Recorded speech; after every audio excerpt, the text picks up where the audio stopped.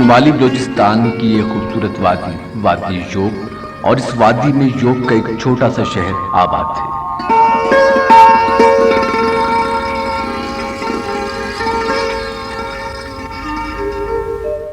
इस शहर का नाम यहाँ के एक छोटे से दरिया योग के नाम पे रखा गया है।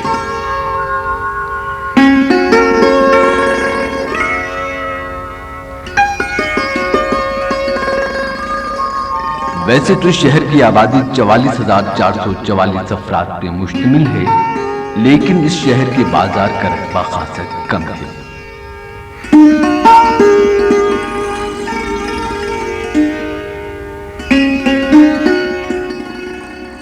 शहर की तकरीबन 4 सड़कें काबिल जिक्र हैं और उनकी लंबाई भी खासी कम है। ये सड़कें एक दूसरे को हैश के निशान की सूरत क्रॉस करती हैं। ये शहर जितना भी मुख्तसर सही, फिर भी इस शहर में होटलों की तादाद 150 से जायद है और इसके साथ साथ इसकी तकरीबन 1/4 तादाद में मोबाइल होटलों की सर्विस भी मौजूद है।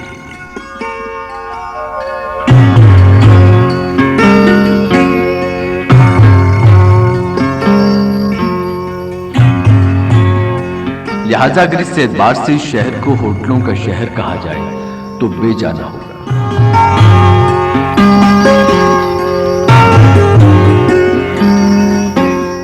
इस शहर में होटलों की बहुतायत से किसी हद तक यहाँ के लोगों को ये फायदा तो जरूर पहुंचा कि वक्त बेवक्त मेहमान की खातिर मदारत तो सहल हो गई, लेकिन इसके साथ साथ यहाँ के लोगों को दूध की किल्लत जैसे मसले से भी दो चार होना पड़ा।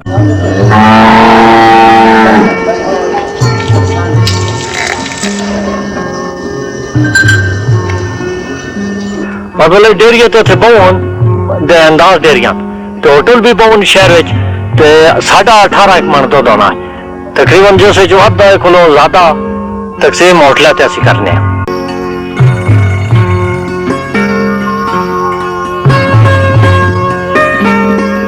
यहाँ के लोग चाय की बेहद रसिया हैं, इसीलिए सभी होटल तकरीबन खचाखच भरे होते हैं। यहाँ होटलिंग के लिए मौसम और वक्त की कोई कैद नहीं, चाहे वो बर्फबारी के दिन हो या मौसम गर्मा की गर्म तरीन दोपहर, यहाँ सभी मौसम चाय के मौसम।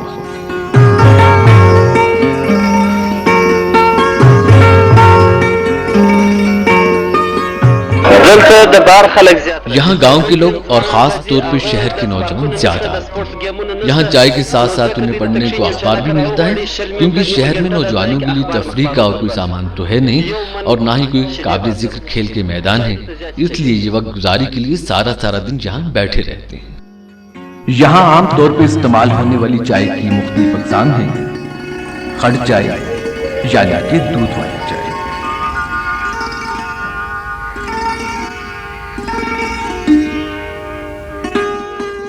शिन चाय सब्ज चाय को कहते हैं,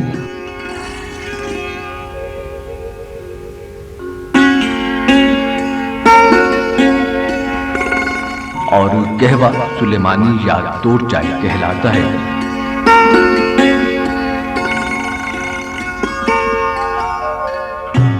त्रिख चाय यानी के बगैर मीठे की चाय। आमतौर पर इस चाय के इस्तेमाल का मकसद खुदा न खास्ता खून में शक्कर की मिकदार को एतदाल पे रखना हरगिज नहीं होता, क्योंकि चाय नोशी के अमल के दौरान ही अलग से गुड़ या फिर शक्कर की खूबसूरत रंगीन गोलियों के इस्तेमाल से मीठे की इस कमी को चुस्की ब चुस्की पूरा कर लिया जाता है। अक्सर होटलों में इस कदर शोर होता है कि कान पड़ी आवाज तक सुनाई नहीं देती। बिल्कुल यूं महसूस होता है जैसे हर शख्स अपना जाती शोर सुनना ज्यादा पसंद करता हो। इतने शोर के बावजूद होटल का मालिक अपने ग्राहकों को मौसीकी सुनाने में बचित रहता है। मौसीकी और इंसानों का मिला जुला शोर और उसमें दहकते हुए अंगारों पे उबलती हुई चाय का धुआं ऐसा मंजर पेश करता है कि चाय की तलब और भी बढ़ जाती है।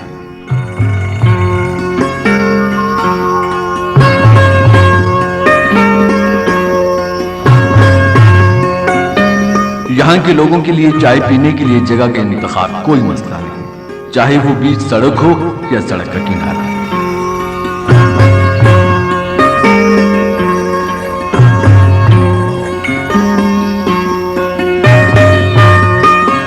अपनी जाती गाड़ी हो या फिर किसी भी खड़ी गाड़ी के डाले को बतौर होटल इस्तेमाल किया जा सकता है। बाज लोगों के पास तो इससे भी ज्यादा मल्टीपर्पज सहूलत मौजूद होती है। जब भी और जहां भी जी चाहा अपनी ट्राली को बतौर इजी चेयर इस्तेमाल किया और साथ में गर्मा गर्म चाय।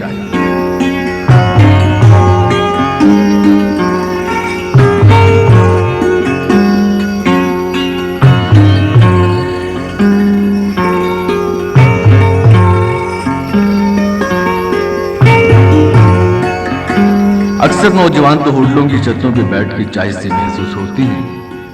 इस जगह के इंतखाब का सबसे बड़ा फायदा उन्हें ये होता है कि जहां तक बाजार उनकी नजर में रहता है वहां तक के हालात हादरा से वो बाखबर रहते हैं। जो में तो पार्किंग नहीं है, बैठने की और जगह नहीं है ना, और लोग जो भी मेहमान आते हैं वो होटलों में बैठते हैं, वहाँ पे खातर तो वाज़ेक नहीं है और तो ऐसी जगह नहीं है। चाय पिलाते हैं और सारा दिन होटलों पे गपशप लगाते हैं, लोग बैठते रहते हैं ना। होटल में मैं इसलिए बैठता हूँ कि बेरोजगारी है, कोई काम भी नहीं है, खेल वगैरह लाइब्रेरी या तफरीह की जगह नहीं है, हम इसलिए होटल में बैठते हैं।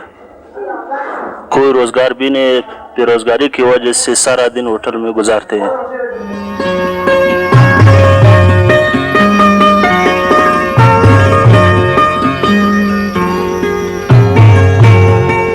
होटलों की तादाद बहुत ज़्यादा है, तो वाकई ये मसला जो है लम्हा फिक्रिया है। मेरा अपना ये अंदाज़ा है कि इन होटलों पर बैठने वाले नौजवानों की अक्सरियत वो लोग हैं जो बेरोज़गार हैं। हमें इस नौजवान नस्ल को, इस मैन पावर को इस्तेमाल करने की ज़रूरत है ताकि हम इसके सूबे और मुल्क के हक़ में बेहतर से बेहतर नताइज हासिल कर सकें। इनके लिए हम अगर एक सर्वे करके अपने पास एक डाटाबेस बना लें, उसके बाद इस मैन पावर को वहाँ खपाने के लिए हम प्लानिंग करें, तो मेरे ख्याल है हमारे पास बड़ा स्कोप मौजूद है इस मैन पावर को उसमें काम पे लगाने के लिए, इनको रोज़गार देने के लिए। और इससे न सिर्फ ये है कि सारा बोझ जो है गवर्नमेंट सेक्टर के ऊपर नहीं पड़ेगा, बल्कि प्राइवेट सेक्टर भी आगे आएगा और ये लोगों के लिए रोज़गार के मौके जो है वसी से वसी तर होते जाएंगे। इस शहर में मेहमानों की खातिर मदारत में चाय के लिए हैसियत रखती है। अगर कोई शख्स अपने यहाँ आने वाले मेहमान की खातिर मदारत में अपने तई कोई कमी न छोड़े मगर गलती से मेहमान को चाय का न पूछे, तो मेहमान उसकी की गई तमाम तर खातिर मदारत को किसी खातिर में नहीं लाता।